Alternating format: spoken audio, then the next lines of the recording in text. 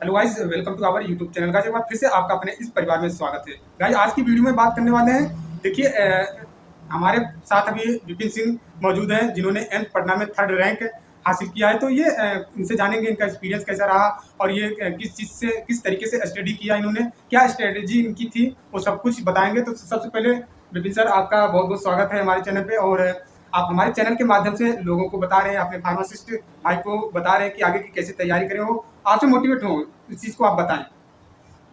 Thank you शेर sir. सबसे पहले आपको बहुत बहुत धन्यवाद देना चाहूँगा कि आपने मुझे इस मंच पे बुलाया बोलने के लिए कि आप क्या स्ट्रेटजी फॉलो किए। सबसे पहले मैं इसको आपको बहुत बहुत धन्यवाद देना चाहूँगा। तो सर पहले ये आप बताइए कि आपने जो अभी एम्स पढ़ना क्वालिफाई किया है, तो इसके लिए आपने कहीं से कोचिंग कर रहे थे या आप सेल्फ स्टडी किए थे, इस चीज़ को बताइए। देखिए सर, देखिए कोचिंग मैंने कोई नहीं की है, बस मैंने टेस्ट सीरीज़ को ज्वाइन किया था, तो मैं टेस्ट सीरीज़ को वो कर रहा था। बाकी सेल्फ सेल्फ स्टडी मैंने किया, क्योंकि सर मैंने क्या है, डिप्लोमा किया है, हाँ। इसके मैंने बी फार्म किया है, जी, तो जी। फिर मैंने एम फार्म कर रहा था। इसकी वजह से मुझे नहीं लगा मुझे मतलब कोचिंग करने की ज़रूरत है। मुझे सिलेबस अच्छा, मेरा अच्छा कमांड कवर नहीं अच्छा हो पाया, था। हाँ। तो मेरा ठीक था, लगभग ठीक था सब चीज़। मुझे बस क्वेश्चन प्रैक्टिस करने की ज़रूरत थी, तो मैंने उसके लिए टेस्ट सीरीज़ ज्वाइन करी। फिर उसका मुझे बहुत बड़ा बेनिफिट मिला और मेरे तो सर टेस्ट जो आप टेस्ट लगाते थे, ये बताइए कि ऑनलाइन लगाते थे या ऑफलाइन? ये तो मैं ऑनलाइन लगाता था, क्योंकि ऑफलाइन में जब हाँ, तो जाना एग्जाम, उतना हाँ, कंफर्टेबल नहीं एग्जाम होता भी है। ऑनलाइन रहता है। जरूरी नहीं जो जिस कंपनी का आप टेस्ट सीरीज लिए वो ऑफलाइन करा रहा हो, तो हम्म। ऑनलाइन में टेस्ट सीरीज को ज़्यादा प्रेफर करता था। तो ऑनलाइन टेस्ट सीरीज को मैं किया करता भी था, उससे मुझे काफ़ी बेनिफिट मिला। और सर ये बताइए कि इसके पहले आपने कितने एग्जाम दिए, क्या उसमें एक्सपीरियंस रहा, इस चीज़ को बताइए। सर सबसे पहले मेरा जो था 2019 का, मैंने यूपी आरवी नल का यूपी हाँ, उसमें 17 पोस्ट आई थी, तो उसका मैंने एग्जाम दिया था। उसमें अच्छा। फिलहाल मेरा करीबन मुझे जहाँ तक याद है मेरा 84 नंबर करीबन था, अच्छा। तो उसमें 93 वगैरह ओबीसी कट ऑफ गई थी। वो मेरा पहला एग्जाम था हाँ, उसके अपने बाद? लाइफ का फार्मासिस्ट के लेके। तो वो पहला एग्जाम था। इसके बाद फिर एम्स का एक आरबीएसके का यूपी का दिया था, तो उसमें क्या हुआ था सर, वो एग्जाम कैंसिल हो गया था। अच्छा। तो देन इसके बाद मैंने फिर बाकी मैं जीपैड वगैरह बीच में देता रहा, लेकिन मैं उसमें सफल नहीं रह पाया, क्योंकि मैं जीपैड करके मैं उतना मतलब कहते हैं ना आप, मुझे उतना वो मैं नहीं पढ़ता था उसको। मेरा इंटरेस्ट क्या है उस फील्ड में शायद नहीं रहा होगा, तो इसलिए मैंने उसकी उतना मतलब उसी तरह पढ़ाई मैंने नहीं कर पाई। और बाकी इसके बाद फिर मैंने 4 पोस्ट आई थी यूपी आर्विनल में ही, तो उस पर मैंने दिया था, तो उसका भी मेरा नहीं हो पाया था। फिर जस्ट इसके बाद मेरा एमपी ड्रग इंस्पेक्टर मैंने दिया था, तो एमपी ड्रग इंस्पेक्टर में वेटिंग में था। मेरा करीबन 109 नंबर था। 109 नंबर था, उसकी कट ऑफ जनरल 112 नंबर करीबन गई थी। मैं करीबन मतलब 2.5 से 3 नंबर तक करीबन मेरा उसमें कम था, तो मैं उसमें वेटिंग में था। जबकि मेरे पास अभी कुछ ही दिन की फिलहाल बात है, कुछ महीने जनवरी वगैरह में जनवरी फरवरी में एग्जाम हुआ था उसका। तो जिसकी एमपी आई जस्ट बाद मैंने फिर इसको दिया पटना का। हाँ, रिजल्ट आपके सामने है। अच्छा सर, ये बताइए जैसे एम्स पटना में आपका रिजल्ट आया, ठीक है, तो जब आपने घर पे बताया तो पापा मम्मी का रिएक्शन कैसा था, उस चीज़ को आप बताइए जरा। देखिए, जब मेरा रिजल्ट आया सबसे पहले जब मैं पापा को फ़ोन किया, तो पापा ने फ़ोन रिसीव नहीं करा। अच्छा। तो इसके बाद मैंने भैया को फ़ोन किया। जब भैया का वो डॉक्यूमेंट उनका ज्वाइनिंग लेटर मिलने वाला है, उनको 10 तारीख को में भी मिल जाएगा डॉक्यूमेंट। तो भैया का उनको मिलने वाला, उनका वैकेंसी से वो कोर्ट का मैटर था, तो उनका मिलने वाला है। तो भैया भी मतलब खुश हुए, फिर भैया धन्यवाद वगैरह मुझे किए। फिर मैंने फिर पापा फिर बाद में बात किया, तो पापा भी खुश हुए। फिर अब मम्मी को बताया, मैंने मम्मी से पूछा, तो मम्मी बता रही थी, पापा बोले विपिन का एम्स में हो गया। तो मुझे लगा विपिन का एक्सीडेंट हो गया, मम्मी ऐसा बता रही थी। फिर मम्मी थोड़ा वो थी, उनको लग रहा था ऐसा कुछ, आंसू आँख में थे, बता रही थी। तो खुशी का आंसू निकल आया तो होगा। फिर मैंने अपने गुरुजनों को फ़ोन किया। बाकी जब रिजल्ट आया तो उस समय हम लोग दोस्तों को साथ थे, जो मेरे खास क्लोज फ्रेंड थे, तो उन लोग साथ ही में थे, जो मतलब 4 लोग थे करीबन। तो उन लोग साथ ही रिजल्ट आया था, लोग फिर गले गले मिले। फिर बाद में फिर अभी हम लोग फिर अच्छा अच्छे से। ये बताइए सर, आप ग्रुप स्टडी कभी किए करते थे कि मतलब कि बुक से ही अपना दिन भर लगे रहते थे? ग्रुप स्टडी का क्या? सर देखिए क्या है ना, ग्रुप स्टडी तो हाँ, क्योंकि अगर मुझे कोई चीज़ पढ़ना होता था या जो चीज़ मुझे नहीं याद हो इस टॉपिक में, जैसे फार्माकोलॉजी एम फार्म का कोई बंदा है, उसकी फार्माकोलॉजी ठीक है, क्योंकि वो फार्माकोलॉजी स्पेशल, उसको पता है कहाँ से जो क्वेश्चन। अब मेरा दोस्त है, वो 3 बार जीपैट क्वालिफाइड है, तो संदीप नाम है। तो वो बंदा क्या है, उसको पता रहता है कहाँ कौन सा क्वेश्चन पूछा था। तो मैं उसको ज़रूर, हर कोई अगर कोई भी एग्ज़ाम देना होता था, मैं उसको ज़रूर फ़ोन करता था, संदीप इसमें क्या होगा, इसमें कैसे पढ़ना है। तो उसमें क्या, जो अभी जो एन पटना वाले में क्वेश्चन आया था, उन्होंने सेम क्वेश्चन भेजा था, जो सिलेक्शन और किसकी बायोलॉजी सबसे अच्छी होती है। तो यहाँ पे कह सकते हैं कि ग्रुप स्टडी बहुत मैटर रखता है। हाँ, ग्रुप स्टडी मतलब ये नहीं कि हाँ, आप एटलीस्ट करना चाहिए कि आपको पता चले। ऐसा नहीं कि आप अपने फ्लो में चले जा रहे हो, आपको पता ही नहीं क्या दुनिया में चल क्या रहा सही है। बात आपको ये भी देखना है कि अगर वो बंदा, अगर वो कहीं मेहनत किया, उसके पास अगर नॉलेज है, तो अगर उससे आप ले रहे हो तो अच्छी बात है, क्यों फिर आपको मेहनत करने की कम नहीं ज़रूरत पड़ेगी। अगर बाकी मैंने ग्रुप में जुड़े तो उसमें मटेरियल वगैरह हम लोग मिल जाता था। तो हम लोग का दोस्त का ग्रुप बनाया है, जो हम लोग एग्ज़ाम देते हैं, हम लोग ग्रुप बनाया है। अगर क्वेश्चन या बुक वगैरह मटेरियल वगैरह देना, तो हम लोग खुद शेयर करते थे। कोई भी एग्ज़ाम का नोटिस आता है, कोई वैकेंसी आती है, तो हम लोग ग्रुप में ज़रूर चला जाता है कि हाँ, ये वैकेंसी है, इसकी इतना लास्ट डेट है, किसको बनना है, किसको नहीं बनना है, सब डिटेल्स में हम लोग चला जाता था। अच्छा सर, मुझे याद आ रहा है कि आप एनएचएम का भी अप्लाई की थी, जो 17,000 वैकेंसी आई है, तो इसमें आपका कितने मार्क्स हैं, आप बताएंगे? देखिए सर, जो यूपी एनएचएम का 17,000 प्लस वैकेंसी आई थी, हाँ। उसमें मेरा 61 प्लस नंबर था।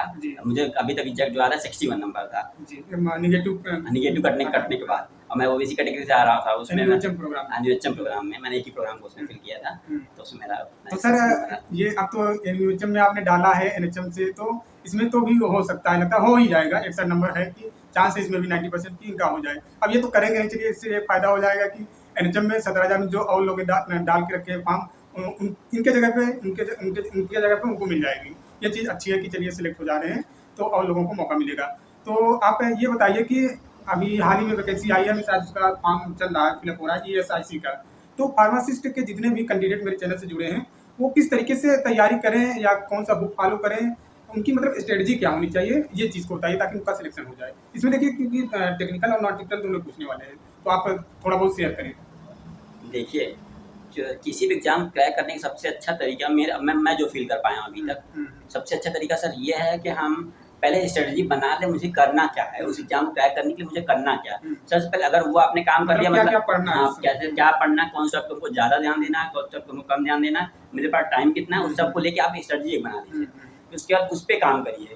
अब ये कहिए, आप ऐसा नहीं, आप जब एग्जाम आता है आप पूरा सिलेबस जरूरी नहीं आप कवर कर पाए, आपका टाइम कम रहता तो आप पूरा सिलेबस में जाकर नहीं कवर। हाँ, उतना कम समय में नहीं। हाँ, उसके हिसाब से आपको एक स्ट्रेटजी बनानी पड़ती है। आप कहीं से भी देख लो, यूट्यूब से देख लो, अलग अलग चैनल वालों अलग अलग बोलते हैं, उन हिसाब से आप एक कंबाइन करके एक बनाओ। क्योंकि आजकल देखते हैं, मुझे ये लगता है क्योंकि ये करनी चाहिए सब लोग को, हमेशा हार्ड स्टडी करने से अच्छा आप स्मार्ट स्टडी करो, वो बेटर आपको मिलेगा, हर रिजल्ट मिलेगा। तो आप उसको करिए, स्ट्रेटजी बना लीजिए अपना, जो आपको करना है। ये नहीं जरूर जो मैंने फॉलो किया आप वो भी करिए। आप ऐसा करिए, आप बना लो जो आपको समझ में आ रहा है, कौन से टॉपिक पर ज़्यादा ध्यान देना है।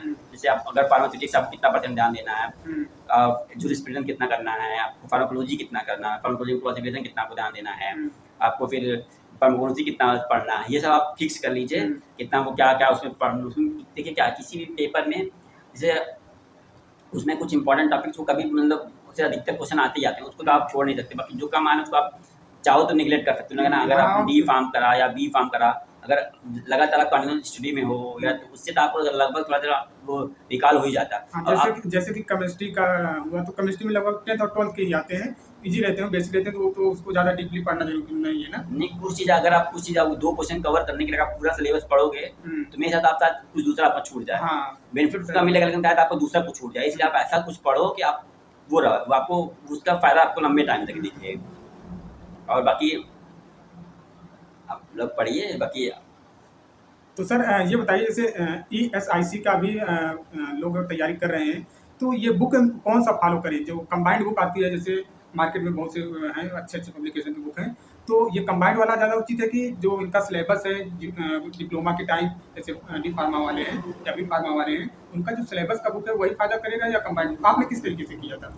सर बाकी मैंने सर कंबाइंड वाली बुक देखी, सर मैंने पढ़ी उस हिसाब से नहीं, पूरा बुक में कोई नहीं पढ़ा है। मैंने जो रेफरेंस बुक थी आर मेहता मैंने पढ़ी, फर्स्ट ईयर के लिए जो उसकी आती वो पढ़ी मैंने। फिर बाकी वो मैंने जूरिस्प्रूडेंस अच्छे से पढ़ा है, कुछ किसी कोचिंग का नोट का मुझे मैटर मिल गया तो उनसे मैंने पढ़ लिया था। बाकी फार्माकोलॉजी मेरे पास केवी पार्टी क्लासिफिकेशन मैंने प्रिंट आउट करके रख ली, उसको जब भी कोई एग्जाम देने आता तो कन्फर्म देख के जाता।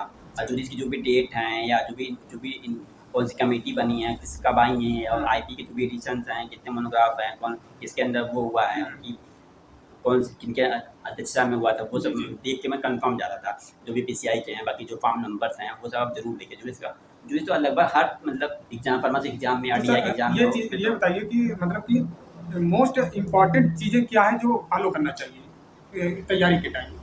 देखिए, तैयारी के टाइम ये ज़रूरी है कि आपको थोड़ा टाइम बढ़ाना पड़ता है। जैसे अब आपके एग्ज़ाम, कितने घंटे? हाँ, एग्ज़ाम नज़दीक आ रहे हैं, तो अभी आपको घंटे-वंटे नहीं देखना, आप घंटे मत देखिए, आप उसमें आपका कोर्स तक वो आप जो, क्योंकि एग्ज़ाम के हिसाब से आपको वो करना है, पूरे सब्जेक्ट कंप्लीट करने हैं, जो भी रिवीजन करना है, उस हिसाब से चलिए। आपको कितने टाइम हमको बना लिया, हमको इतना टाइम ये सब्जेक्ट कंप्लीट करना है, इस डेट को, तो कर ले जाएँगे। ये जैसे सर 3-4 घंटे अगर हम स्टडी कर रहे हैं तो इतना सफिशिएंट है कि और हमको मेहनत करना पड़ेगा? वो तो आपको डिपेंड करता है, कुछ लोग 4 घंटे में ज़्यादा कवर कर सकते हैं, कुछ लोग 4 घंटे में कवर करने में टाइम लगता है, 4 घंटे में अच्छा ज़्यादा कवर नहीं कर सकते, वो तो वो पर्सन वैरी भी कर सकता है, लेकिन वो आप अपने हिसाब से कर सकते हैं। आप मेरे हिसाब से आप वो करिए कि आप टारगेट फिक्स टारगेट फिक्स हिसाब से करिए, क्योंकि अगर घंटे के हिसाब से घंटे तो आप बैठ जाओ, घंटे तो आप काम बढ़ता रहेगा, आप कितना उसमें एफर्ट डाल रहे हो उस पे मैटर करता है, घंटे से मैटर नहीं कर, आप कितना उस पे एफर्ट डाल रहे हो और कितना आप अब मेन आप कितना टॉपिक कवर कर पा रहे हो, 4 घंटे या जो भी 6 घंटे पढ़ो तो टॉपिक कितना कवर कर पा रहे हो, और जो टॉपिक पढ़ रहे हो क्या वो सफिशिएंट आपके लिए है, या क्या आप कोई अलग मतलब अनरिलेवेंट कोई सोर्स से पढ़े जा रहे हो, जिसका मतलब मेरे हिसाब से अगर कुछ ऐसे भी होते हैं तो ज़्यादा यूजफुल नहीं होते, तो आप ज़्यादा मोस्ट यूजफुल टाइम का मतलब आप मोस्ट यूजफुल पढ़ना ज़्यादा कोशिश करोगे। और रही बात एसआईसी का, तो एसआईसी का जो सिलेबस है, मैंने तो 10th पढ़ना 100% टेक्निकल पोर्शन था उसमें, तो नॉन टेक्निकल पोर्शन था नहीं, लेकिन मैं तो कहूँगा आपका टेक्निकल है उसमें, उस 100 नंबर का है, उसको आप ध्यान दीजिए। उसके साथ उसमें आपको करीबन, जहाँ तक मुझे उसमें पासिंग मार्क्स सेपरेट है, मतलब जो टेक्निकल नॉन टेक्निकल सब दोनों का पासिंग मार्क अलग अलग है, तो आपको दोनों को ध्यान देना है इसमें। तो अब मुझे लगता है जिसकी, मैं तो मैथ बैकग्राउंड का था, तो मुझे मैथ में ज़्यादा इशू नहीं आते थे, मेरे रीजनिंग मैथ ठीक है, तो मैं उससे अच्छे से कवर कर लेता। बाकी मैं जीके वगैरह में करंट वाला जो चीज़ें हैं, मैं मेरा यूट्यूब चैनल पर लगभग मैं देखता ही रहता हूँ, जो कोई न्यूज़ आती है, इंटरनेशनल न्यूज़ आ रही है, रशिया यूक्रेन का, या जो भी अभी तुर्की में भी वो हुआ था, डिजास्टर हुआ था, बाकी जो भी कनाडा वाला इशू चल रहा है करंट में, बाकी अभी चाइना का लेटेस्ट न्यूज़ आया कि जो भी उनकी न्यूक्लियर सबमरीन कुछ हुआ, उसमें ब्लास्ट हुआ कुछ उसमें, तो आप मतलब कहने का मतलब कि अपडेट रहे नॉर्मल? हाँ अपडेट रहिए, लेकिन आप वो देखते रहिए, बहुत ज़्यादा उस पर टाइम देने की जरूरत नहीं है कि आप उसमें बहुत ज़्यादा टाइम, लेकिन आप किसी के, मेरा तो पर्सनली उसमें काफ़ी इंटरेस्ट था उसमें पढ़ने के लिए, मुझे जानना है इंटरनेशनल क्या चल रहा है दुनिया में, वो मैं उस पर ज़्यादा मेरा फोकस रहता था, मैं उसको दिन में 15-20 मिनट 1 घंटे देता था। अच्छा सर, ये बताइए कि एक मिनिमम कितना टारगेट लेके चले कैंडिडेट ये एसआईसी एग्जाम के लिए, जैसे कि 70% या 60% कितना लेके चले मिनिमम कि इतने में हो सकता है? 150 का नंबर तो है, अगर पिछले साल का देखो, जहाँ तक मुझे याद आ रहा, 71 I think highest cut off, 71 या 79 थे कुछ, इतना 2019 में, 2019 वाले में, तो लेकिन उसमें सीट बहुत कम थी, सीट कम थी, और ये भी है उसमें क्या है 125 नंबर का था, आपको इसको भी ध्यान देना है। उसमें उस समय क्या था कि 25 नॉन टेक्निकल था, इसमें 50 क्वेश्चन है, तो आपको इसको भी ध्यान देना है। इसमें 50 जो नॉन टेक्निकल क्वेश्चन है, उसमें 50 जो है क्वेश्चन है वो 1 नंबर के, बाकी जो आपके 50 टेक्निकल वाले वो 2 नंबर के, तो आपको इसको भी ध्यान देना है। आपका टाइम 1 घंटे, आपको प्रैक्टिस मतलब प्रैक्टिस जितना करेंगे उतना आपको ज़्यादा बेनिफिट मिलेगा। ऑनलाइन करिए आप, जैसे आपको नॉन टेक्निकल का तो वो ऑफलाइन मिल जाएंगे, उसके बुक वगैरह मिल जाएंगे, तो आप उसको ज़्यादा प्रैक्टिस करिए। अगर आप हो सके तो अगर लाइब्रेरी ज्वाइन कर सके, जिनको दिक्कत हो रही है पढ़ने में, तो लाइब्रेरी भी ज्वाइन कर सकते हैं। तो सर ये मतलब हमें लग रहा है इस बार कट ऑफ तो ये एसआईसी का पिछले की अपेक्षा कम ही जाएगी, क्योंकि टेक्निकल का नॉन टेक्निकल का वेटेज इन्होंने बढ़ा दिया है, ठीक है। और जहाँ तक हमको पता है कि फार्मासिस्ट के लोग बहुत कम ही ज़्यादा, मतलब ज़्यादा नहीं पढ़ते हैं मैथ रीजनिंग, तो जिसकी वजह से क्वेश्चन नंबर ऑफ क्वेश्चन ज़्यादा है, ये कम अटेम्प्ट करेंगे कि हो सकता है। और सबसे बड़ा पॉइंट है कि सर इसमें वैकेंसी इस बार भी ज़्यादा है, ये भी आपका कट ऑफ कम करने का। ये सर आपकी बात तो मैं मानूंगा, लेकिन अभी समय इतने कोचिंग से आ गए हैं, इतने बच्चे सब पढ़ रहे हैं, तो सर इस हिसाब से आप ये नहीं कह सकते कट ऑफ कम जाए, क्योंकि अब जब हम लोग का था, हम लोग जब 2018 बैच जब मैंने डिप्लोमा पास आउट किया था, तो उस समय उतने बच्चे नहीं, उतना अवेयर नहीं होते थे। अभी यूट्यूब चैनल आ गए हैं, तो उनमें वैकेंसी पता चल जाती है। पहले हम लोग सरकारी जगह पे देखा करते, उसमें पता नहीं चलती वैकेंसी कौन सी आई है, उसमें हम लोग को दिक्कत हुआ करता। आप तो यूट्यूब चैनल वाले, आप आज वैकेंसी आई, कल आपको आज ही नोटिस मिल जाता है, पहले हम लोग ऐसा नहीं मिल पाता था। तो अब तो बच्चे काफ़ी पढ़ने लगे हैं, तो उससे कट ऑफ तो सर मेरे हिसाब से अभी दिल्ली एनसीआर का वगैरह तो मेरे हिसाब से ठीक ठाक जाएगी, ऐसा नहीं कम जाएगी। लेकिन हाँ, ये है कि नॉन टेक्निकल जो कोर्स उन्होंने 50 नंबर कर दिया है, उसका इफेक्ट जरूर पड़ेगा, उसका इफेक्ट जरूर पड़ेगा। तो सर जैसे कि एम्स पटना में आपका एग्जाम में टीसीएस भी करवाया था, ठीक है, तो टीसीएस के जैसा पेपर का लेवल मतलब कैसा था आपको, मतलब अन्य एग्जामों की अपेक्षा इसका पटना का कैसा था? देखिए सर, क्या है ना, टीसीएस जो एग्जाम कराया था उन्होंने जैसे असेसन टाइप क्वेश्चन दे दिया, ओनली 1 करेक्ट, ओनली 2 करेक्ट, लेंदी उनका जो आंसर वाला क्वेश्चन था, ऑप्शंस काफी उनके ऊपर थे, जो मतलब डीपली पढ़ा उन्हें वही कर सकता था। जी। बाकी अब आदर अभी रायपुर का एग्जाम जो हुआ, उसमें देखिए उसके ऑनलाइन टाइप के क्वेश्चन थे, और उसके जो भी नॉन टेक्निकल क्वेश्चन भी आए तो वो इजी, काफी इजी थे, उतना टफ नहीं थे उस हिसाब से। क्योंकि जनरली सब बच्चों ने कर तो लिया। सर अभी जैसे कि पिछली बार शायद ये ESI 2019 का टीसीएस ने लिया था, इस बार IBPSC शायद ले रही है क्या? तो जहाँ तक मुझे पता है दोनों का एकदम जो पेपर का सेट ये लोग करते हैं तरीका सेम ही है, IBPSC और TCS का। तो वही तरीका शायद जो जैसे पढ़ना में क्वेश्चन का तरीका था वही तरीका शायद इसमें भी हो सकता है इस बार। अब सर इसका तो हम एग्जैक्ट नहीं कह सकते हैं, लेकिन आप प्रीवियस ईयर देखिए, पेपर देख लीजिए, आपको हाँ। मिल जाएगा 2019 का, 2019 का 16 का 16 का ये 14 में भी आया, 14 का 14 में। ये आप पेपर देखिए, पैटर्न समझिए, जी, जी। क्योंकि आपको मेन किसी भी एग्जाम क्रैक करने के आपको पैटर्न समझना पड़ेगा। एनालाइज मतलब एनालिसिस जरूर जी, करना है आपको। पढ़ने एक अगर आप किसी चीज़ को एनालिसिस कर लेते हैं तो आपका 50% पढ़ने का काम वहीं हो गया। जी, जी, बाकी जी। एनालिसिस बहुत बड़ी चीज़ है मेरे हिसाब से। जी, जी। स्मार्ट तरीके से हाँ, मतलब स्मार्ट तरीके से। जी। अगर उसमें किस पैटर्न से क्वेश्चन करा, ज़्यादा अगर क्वेश्चन प्रैक्टिस पूरा करोगे, मेहनत ज़्यादा करें, हाँ। हाँ, तो जिस आप क्वेश्चन कर रहा है, अगर हार्ड लेवल का तो आप हार्ड, अगर वन लाइन क्वेश्चन है तो वन लाइनर टाइप का पढ़िए। जी, जी। बहुत ज़्यादा अगर आप उस तरह के पढ़ेंगे, बहुत ज़्यादा मतलब टफ क्वेश्चन प्रैक्टिस कर रहे हैं, तो मेरे हिसाब से फिर आपका आप थोड़ा हट जा रहे हैं स्टडी से, अपने रास्ते जी, जी, पे जी। हट जाएंगे। तो गाइस जैसा कि आपने देखा अभी विपिन सिंह जो है कि AIIMS Patna rank 3 OBC category से 59 पॉइंट कुछ नंबर इनका है। आपको स्क्रीन पे दिख रहा भी होगा इनका। तो इन्होंने अपना एक्सपीरियंस शेयर किया और आपको आगामी जो अभी वैकेंसी निकल के आई है ESIC का, इन्होंने बताया किस तरीके से आपको स्ट्रेटजी बनानी है, कैसे पढ़ना है। तो इन्होंने इनका कहने का मतलब है कि आप स्मार्ट तरीके से वर्क करिए। पढ़ने को तो बहुत कुछ है, उसमें से आप छाटिए कि हमको क्या चीज़ पढ़ना है और क्या नहीं पढ़ना है। जब आप ये चीज़ को समझ जाएंगे तो 50% आपकी जो भी तैयारी है वो समाप्त हो जाती है इतना। तो स्ट्रेटजी बनाएं और आप प्रीवियस ईयर के अकॉर्डिंग, उन्होंने जैसा सर ने बताया कि प्रीवियस ईयर से एनालाइज करने से पता चलता है कौन सा क्वेश्चन रिपीटेड है, किस टॉपिक से क्वेश्चन ज़्यादा बन रहे हैं और उसका लेवल का पता चलता है। तो इस चीज़ को आप फॉलो करें। और देखिए अभी ESIC की मैं बात करूँ तो इन्होंने जैसा सर ने बताया कि अभी नॉन टेक्निकल के क्वेश्चन है, तो आप थोड़ा बहुत नॉन टेक्निकल ज़्यादा टफ नहीं पूछता, क्यों सर? हाँ, ये साइंसी का इजी लेवल का हाँ, है, तो आप बेसिक लेवल तो जरूर पढ़ें। लेवल 12th लेवल तक मैक्सिमम आता होगा। जी, 10th जी। लेवल तो मेरे तो हिसाब से। टेक्निक जो आप टेक्निकल की तैयारी कर रहे हैं, तो देखिए इन्होंने सर ने बताया कि जो हमने जो हमारा जैसे कि बी फार्म हुआ, डी फार्म हुआ, इनके बुक थे, हम इन्हीं बुक को पढ़े थे। तो आप भी उस तरीके से बनाए एक प्रॉपर, जैसे कंबाइंड बुक भी आती है ना सर, सभी सब्जेक्ट का एक कंबाइंड बुक आती है। कंबाइंड आती है, तो तो कंबाइंड पूरा- मैंने सर पढ़ा नहीं था, हाँ। मैंने रेफरेंस बुक पढ़ी थी। हाँ। मैंने डिप्लोमा में मेरा बेसिक डिप्लोमा था जी। और पटना में सिलेबस पूरा डिप्लोमा का था, तो जी। मैंने डिप्लोमा फिर उसको कवर जी, करा। जी। मैंने तो जो आपने डिप्लोमा में हाँ, रेफरेंस बुक पढ़ी थी, मैंने वहाँ फिर वो मैंने कंटिन्यू कर दिया। तो आप भी अपने जो भी डिप्लोमा के हैं या बी फार्म के जो भी हैं, तो उस बुक को आप प्रॉपर तरीके से एक मतलब टारगेट फिक्स करके कि आज हमको, जैसे कि आप केमिस्ट्री पढ़े तो आज फिक्स कर लीजिए केमिस्ट्री में मुझे टॉपिक खत्म करना है। उस तरीके से आप पढ़ाई करें। मैटर नहीं रखता है आप 8 घंटे पढ़ रहे हैं या 10 घंटे, लेकिन आप जो टारगेट बना के चल रहे हैं उस टारगेट को आप कितने समय में पूर्ण कर लेते हैं, ठीक है, ये मैटर रखता है, क्यों सर? बिल्कुल। हम्म। देखिए, मतलब आपको कोई टॉपिक खत्म करना है तो आपकी कैपेसिटी के ऊपर डिपेंड जी। करता है, लेकिन आप एटलीस्ट पेपर जैसे आपकी एग्जाम आने वाला है, ऐसे कि मेरे हिसाब से जो भी जब एग्जाम हो जाएगा, तो आपके पास जो भी टाइम है उसे आप टाइम यूटिलाइज करिए, जी। क्योंकि ये बच्चे हैं। अब इसमें जो ये इसका एज मेरे हिसाब से ज़्यादा है, हाँ। इसका एज ज़्यादा है, मैं ठीक कंपटीशन ठाक है। रहेगा। तो इसमें क्योंकि जो ज़्यादा एज लोग उनके पास कम वो रहेगा, जी, जी। कम मतलब उनके पास एक आधी चांस रहेगा वो लोग लग के। मैंने ऐसे लोग भी देखे हैं जो पूरा छोड़ छाड़ के अपना केवल पढ़ाई फोकस कर रहे हैं, जी, जी, हाँ। और और बहुत से तो जैसे कि जॉब वगैरह छोड़ के हाँ, ड्रॉप करके फिर जी, वो देखते हैं। अब मेरे ग्रुप में कई लड़के ऐसे भी हैं जो स्टेट गवर्नमेंट की जॉब कर रहे थे तो भी वो पढ़ रहे थे। जी, जी। बाकी कुछ कॉन्टैक्ट वाला वो जॉब छोड़ के 42,000 कुछ करके पेमेंट हाँ, छोड़ के कॉन्टैक्ट बेसिक जॉब छोड़ के उन्होंने तैयारी करी। क्योंकि ये सुना ना, इस समय आपको जो ये पीरियड चल रहा है वो अच्छा है, इसमें वैकेंसी आई है, पता नहीं कब वैकेंसी नेक्स्ट टाइम आएंगी। जी, जी। जब तो अभी से अगर आप कर ले जाएंगे तो बहुत अच्छा रहेगा। जी। बाद में जितना लेट करेंगे उतना कंपनी और बढ़ता जाएगा। जी, जी। तो सर जाते-जाते एक और सवाल मेरा ये है, आप इस दौरान सिलेक्ट देखिए स्टूडेंट लाइफ जो रहता है कि बहुत से लोग बहुत स्ट्रगल करते हैं, तो आपका क्या स्ट्रगल था? ऐसा कभी भी समय आपके पास आया कि आप पढ़ाई नहीं करेंगे, छोड़ देते हैं, कुछ नहीं होता? क्या समाज में आपको किस तरीके से बिहेव लोग करते थे? ऐसा कुछ हुआ तो आप ज़रूर बताएँ।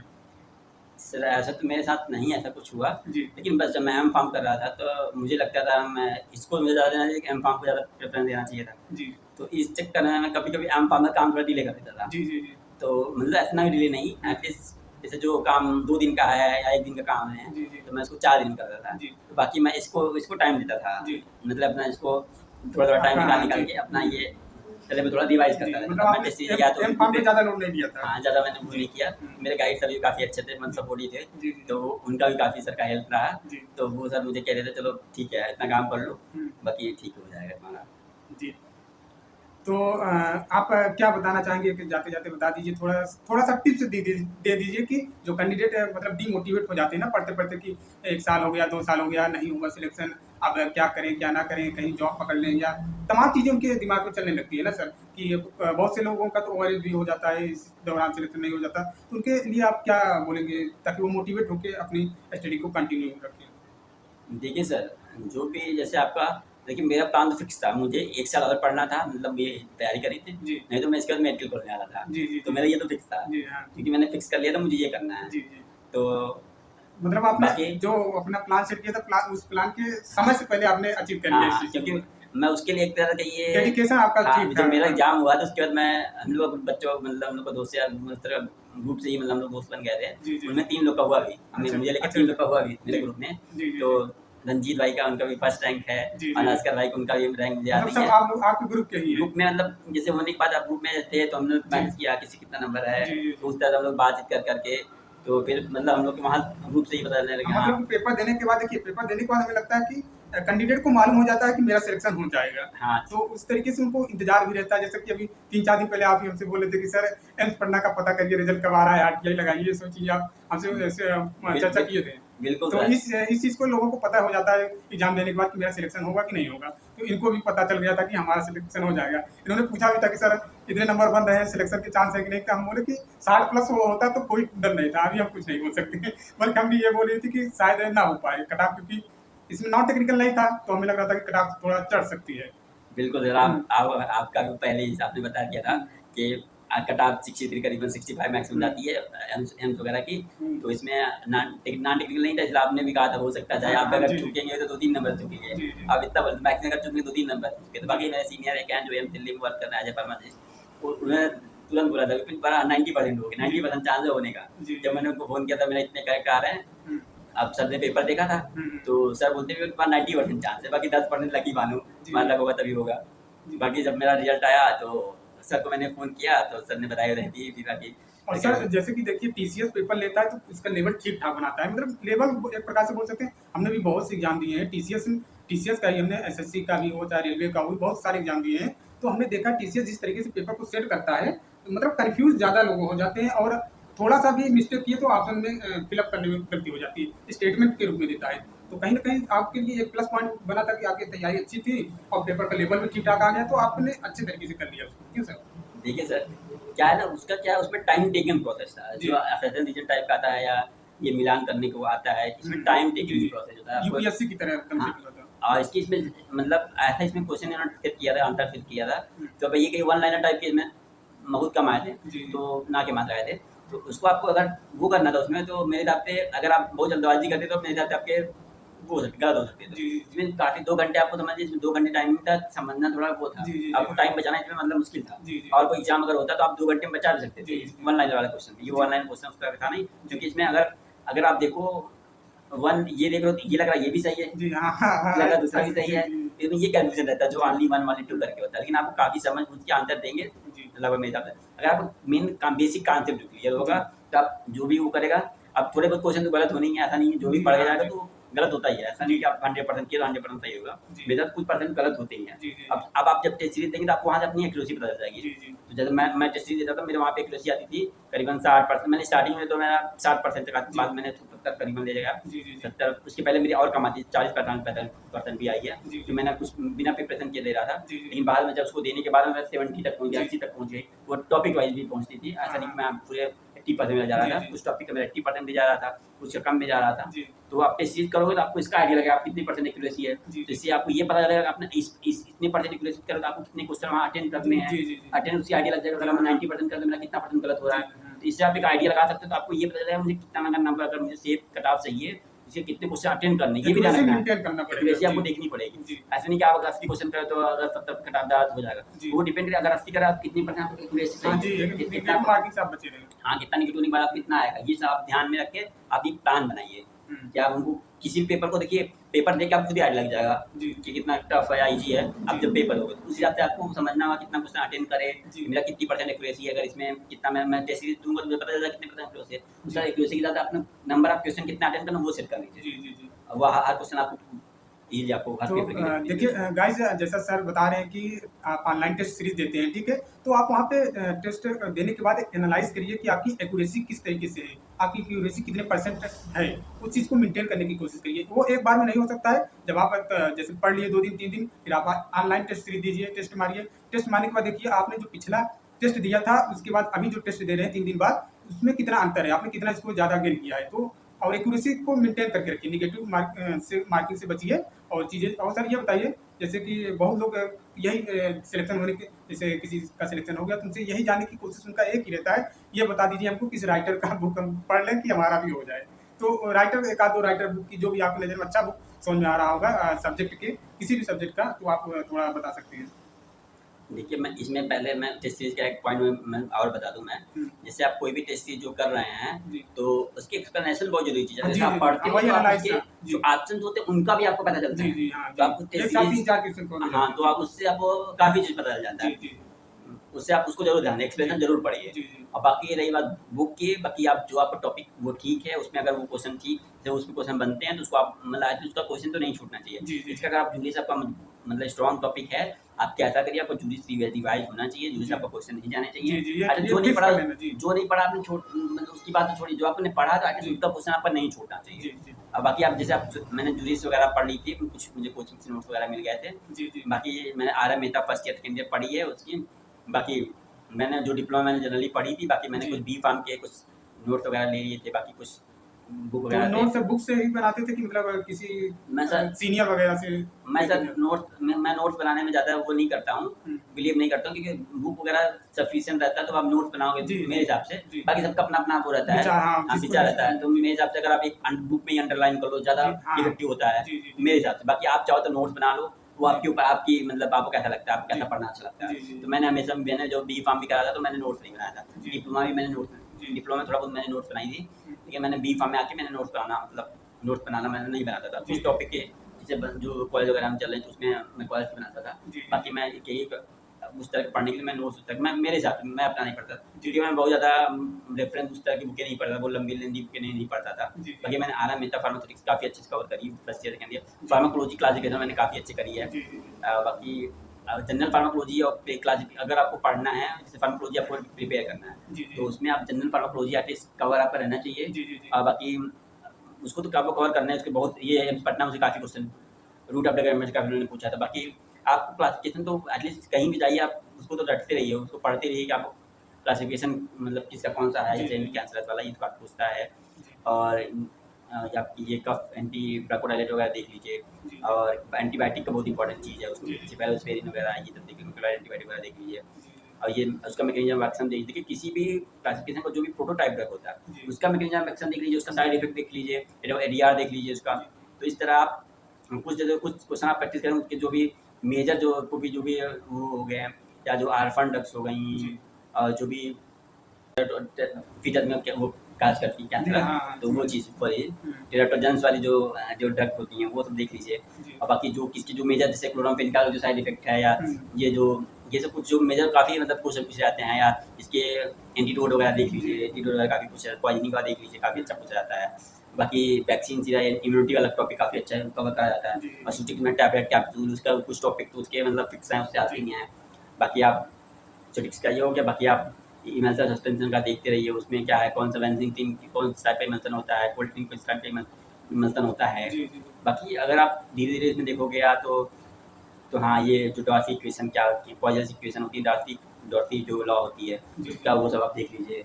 और बाकी आप पढ़िए, आराम से हो जाएगा। बस थोड़ा हाँ, आपको देखना उसमें ध्यान देना पड़ेगा। जी, जी। ये नहीं कि आपने प्लान तो बना लिया, आप तो उसको सर फॉलो नहीं कर रहे हैं। एक ये चीज़ बताइए, जैसे कि अभी तक बंदे ने तैयारी नहीं किया हो, कुछ नहीं पढ़ा हो, और हमारा एग्ज़ाम है, पढ़ना है उसका, किसी भी का एग्ज़ाम है, ठीक है? एक एग्ज़ाम्पल के रूप समझ लीजिए, तो 2 महीने में हमारे पास टाइम है, तो क्या हम 2 महीने में डेली 3 घंटे या 4 घंटे या 8 घंटे पढ़ के सिलेक्शन ले सकते हैं सर?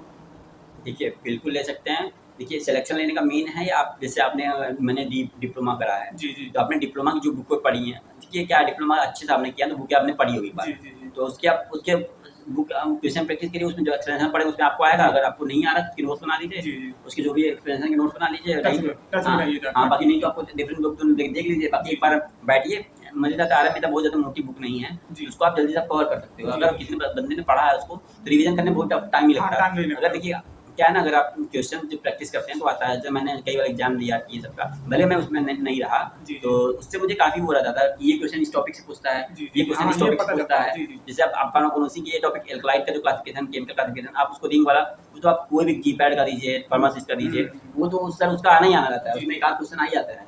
तो आप ऐसे टॉपिक को छोड़ नहीं सकते हैं। जी, जी, ताकि जी। आप फैमिली जो किसी का भी उठा लीजिए, एक फैमिली का चार्ट बनता है उसमें कि क्या मैंने किसी बुक का देखा, मैंने पढ़ा भी है, जी, जी। किसी नोट वगैरह किसी का मैंने, जी। तो उसमें काफ़ी अच्छा दिया था। तो किसी कोचिंग का मैंने मटेरियल देखा था, उसमें काफ़ी अच्छा दिया है, ड्रग का नाम क्या है, उसका जी। यूज़ क्या है, उसके केमिकल कंस्टिट्यूएंट क्या है, उसकी मतलब फैमिली क्या है, क्लासिफिकेशन सोर्स देखे वगैरह। जी। हाँ, एक मतलब बहुत कंसाइज़ वे में दिया है, जी, उसको जी। आप पढ़ लीजिए, वो आसानी से हो जाएगा। अब उसी क्या जो केमिकल क्लासिफिकेशन है और एल्कलाइड हो गया, इसके जो भी टेस्टेज वगैरह होते हैं, जी, ये सब जी। आपको इसमें कौन के रिएजेंट में क्या होता है, जी, ये सब आप ग्लाइकोसाइड पढ़ लीजिए। ये सब जी। आपको काफ़ी मतलब ये कुछ फार्माकोग्नोसी हो गया, जी, जी। जूरिस हो गया और फार्मास्यूटिक्स हो गया, फार्माकोलॉजी हो गया, जी, तो जी। ये सब मेजर मेजर टॉपिक्स हैं। आप जी। इसको छोड़ ही नहीं सकते, जी। आपको इसको पढ़ना ही पड़ेगा।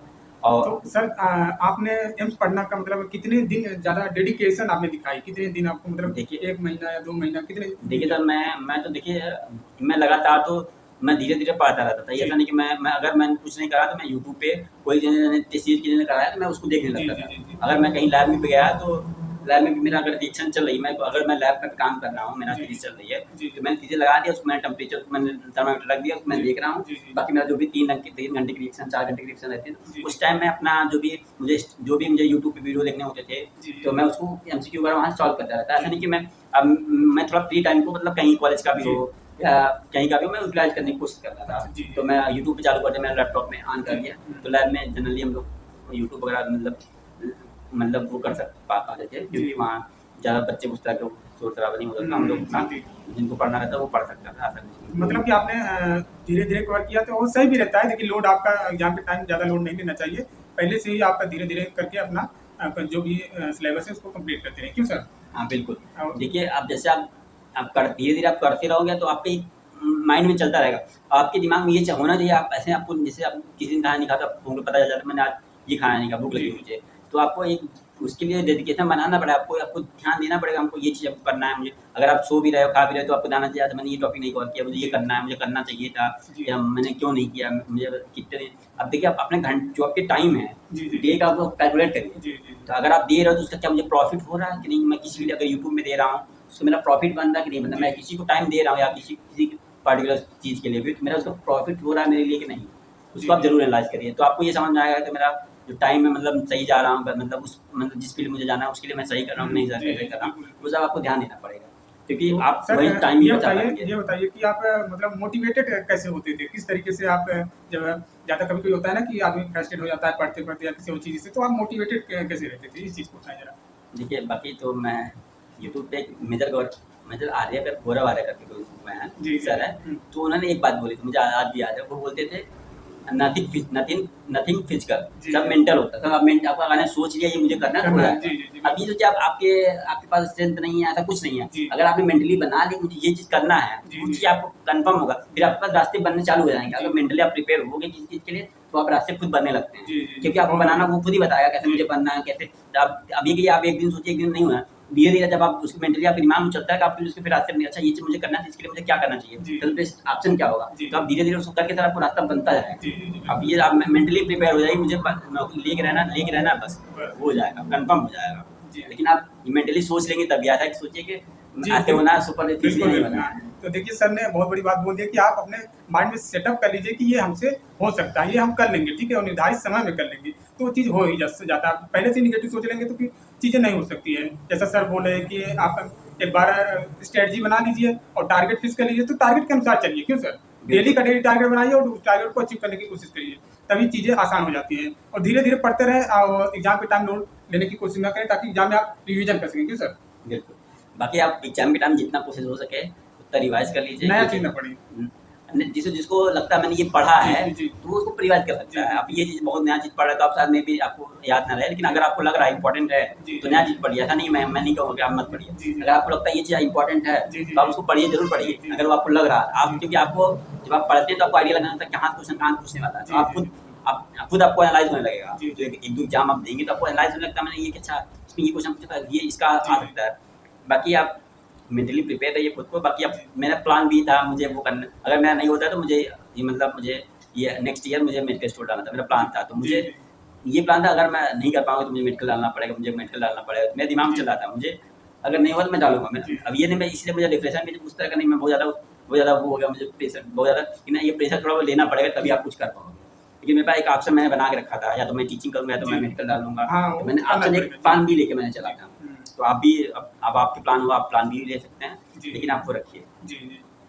तो गाइज बस देखिए लगभग 40 मिनट हो गए हैं। जो भी चीज़ें अभी बच रही हैं कोशिश करेंगे हम नेक्स्ट वीडियो में सबसे पूछ लें। बाकी ये जुड़े रहेंगे हमसे, जब भी ज़रूरत पड़ेगी आप लोग कमेंट करिएगा। जो भी सवाल रहेंगे उस वीडियो के माध्यम से ये बता देंगे सर। और बाकी आप लोग अपने आने वाले एग्ज़ाम की तैयारी करिए और अच्छे से पढ़िए। सिलेक्शन सबका होता है, सब देखिए सर ने बता दिया जो भी चीज़ होगा। तो सिलेक्शन की डेडिकेशन आप रहेंगे तो होगा, डेडिकेटेड नहीं रहेंगे तो कोई चीज़ कुछ नहीं होने वाला है। बस डेडिकेटेड रहिए और कंटिन्यू पढ़ाई करते रहिए। तो मिलते हैं नेक्स्ट वीडियो में, और सर का बहुत-बहुत धन्यवाद जो अपना कीमती समय देके आए और आप लोगों के बीच जुड़े और कुछ जो अपना एक्सपीरियंस रहा वो शेयर कर सकें। तो मिलते हैं नेक्स्ट वीडियो में, तब तक के लिए जय हिंद, जय भारत।